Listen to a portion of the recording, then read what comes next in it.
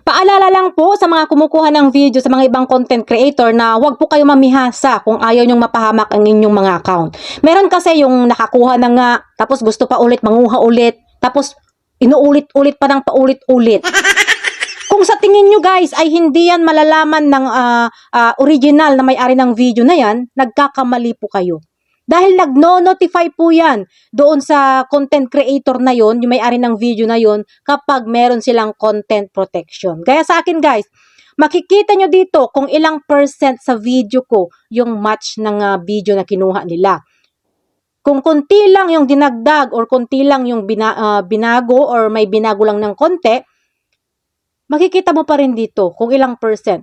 Halos 100% pa rin yung match niya kapag ganun na konti lang yung binago mo. At pwede nila kayong i-block.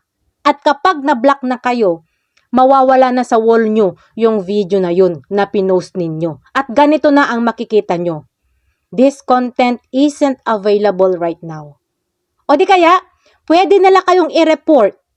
At kapag napatunayan ni Meta na hindi nga kayo ang may-ari ng video na yan, bibigyan kayo ng violation na unoriginal content or copyright. Or may posibilidad na i-delete niya yung account ninyo dahil intellectual property po ang mga ganyan. Kaya mabigat po yan na kasalanan kay Meta guys, intellectual property. Pag-aari ng iba, kinuha mo. Kaya mas maganda pa rin guys na gumawa na lang kayo ng sarili nyong video para safe ang account ninyo. Bakit pa kayo nag-content creator kung tamad din naman kayo gumawa ng mga content nyo? Kaya nga tayo content creator, di ba? Nandun na yung pangalan natin, content creator.